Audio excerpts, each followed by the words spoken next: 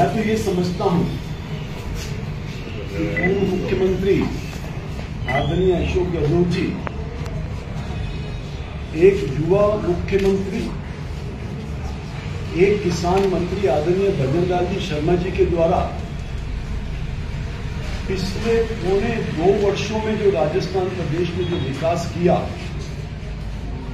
जो कार्य गहलोत साहब अपने 5 वर्षों में नहीं कर पाए, उन कार्यों को नीचे धरती पर उतारने का काम केवल मात्र इन पौने 2 वर्षों में हमारे मुख्यमंत्री आदरणीय भजन लाल जी शर्मा जी ने करने का काम किया।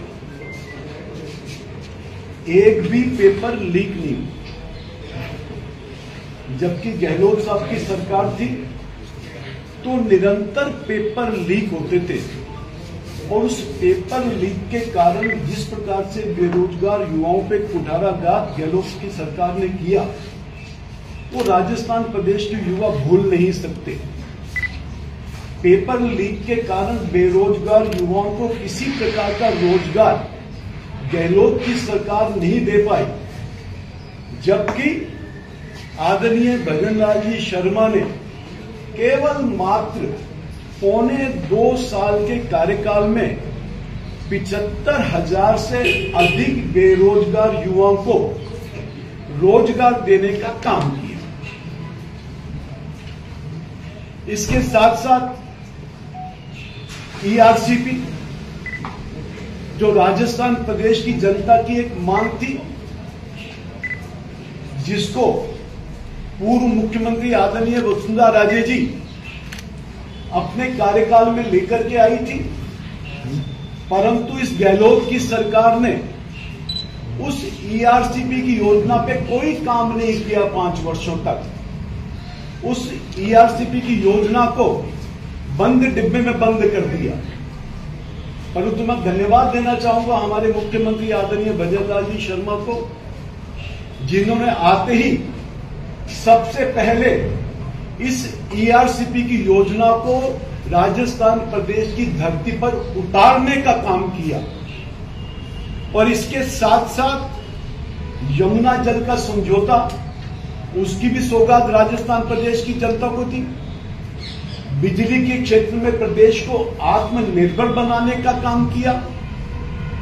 हमारे देश के प्रधानमंत्री आदरणीय नरेंद्र भाई मोदी जी का जो एक सपना है कि हम विकसित भारत बनाएंगे, उसी प्रकार का सपना हमारे मुख्यमंत्री आदरणीय भजन लाल जी शर्मा ने राजस्थान प्रदेश को एक विकसित प्रदेश बनाने का लिया है और उस दिशा में वो आगे बढ़ रहे हैं और निरंतर काम कर रहे हैं।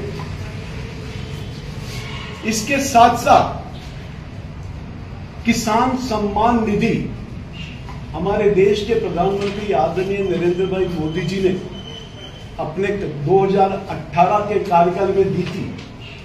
यदि गहलोत की सरकार चाहती तो उस किसान निधि का लाभ राजस्थान प्रदेश के किसानों को दे सकती थी, परंतु 3 वर्षों तक राजस्थान प्रदेश के किसानों को किसान सम्मान निधि का लाभ नहीं मिला, जो 6,000 रुपए वार्षिक मिलते थे। परंतु आदरणीय भजन लाल जी शर्मा ने जो केंद्र सरकार सम्मान निधि के 6,000 रुपए दे रही है किसानों को, उसमें 6,000 का और इजाफा करने का काम किया और राजस्थान प्रदेश के किसानों को 1 वर्ष में किसान सम्मान निधि के तहत 6,000 केंद्र सरकार से मिलेंगे और 6,000 रुपया प्रदेश की सरकार देगी, भजन लाल जी की सरकार देगी। मैं गहलोत जी को बताना चाहता हूं कि भारतीय जनता पार्टी मजे की राजनीति नहीं करती, बल्कि जन सेवा के लिए कार्य करती है, जन सेवा के लिए राजनीति करती है और जिसको आदरणीय भजन लाल जी शर्मा बहुत ही बखूबी के साथ निभा रहे हैं।